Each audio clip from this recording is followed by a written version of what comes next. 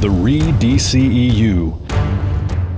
A world of heightened design, sci-fi story engines, and eldritch cosmic forces.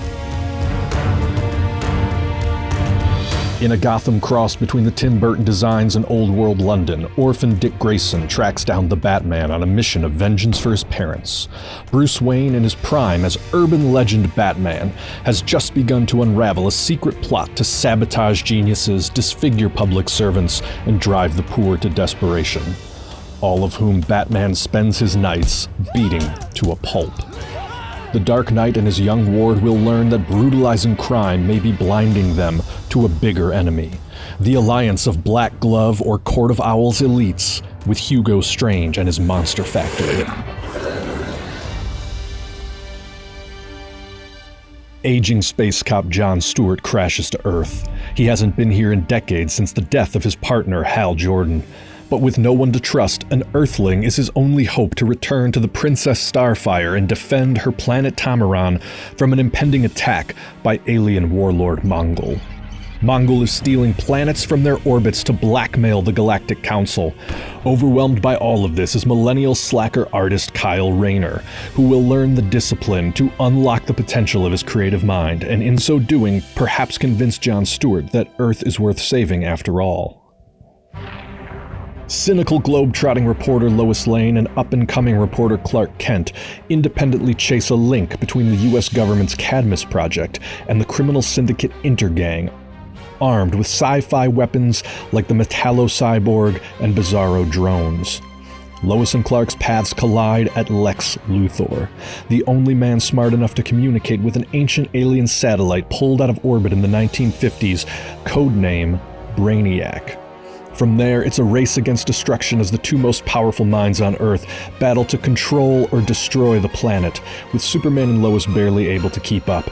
It ends with Superman pushing the moon back into orbit, only to be attacked on the lunar surface by a power-mad Lex wearing Brainiac like a suit, a fate from which Superman will have to save him in an act of ultimate compassion. Detective Barry Allen is a nihilist, convinced more than ever that in a world of Superman and cosmic marauders, life is meaningless. But then fate leaves him the only survivor of a bizarre accident for which he is arrested and charged with sabotage. In custody, he discovers the accident changed him, and he uses his super speed to escape. On his trail is Internal Affairs Detective Iris West, determined to bring Allen in, but she may become his greatest ally in the search for the truth behind the accident. Against them, a federal team of super geniuses who can turn Central City itself into a giant death trap, led by a surprise man in the chair. Lex Luthor, commanding this team of rogues from federal custody. Finally, Diana Prince lives a quiet existence, until the day a panicked young man arrives to tell her she is the key to defeating ultimate cosmic evil. The man says he is scot-free, Mr. Miracle, that the old gods are dead, and the new gods of Apocalypse are about to claim the vacant heaven.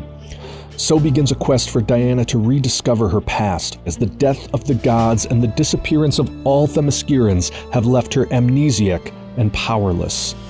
On their trail are the female Furies, led by the merciless Big Barda, and at every turn is a duplicitous face that may be a new god in disguise. Diana becomes Wonder Woman again just in time for a showdown with Barda, which she wins not through violence, but by refusing to fight, taking the beating and convincing Barda there is a better way. In an explosive third act, Diana, Mr. Miracle, the Furies, and a tribe of rescued Amazons all attack Darkseid on Apocalypse to bind him into submission, imprisoning him in the Source Wall. By the end of Wonder Woman, Earth has been fully ushered into a dangerous new cosmic age, and DC's Big Five have all been established. The question is, where does the story go from here?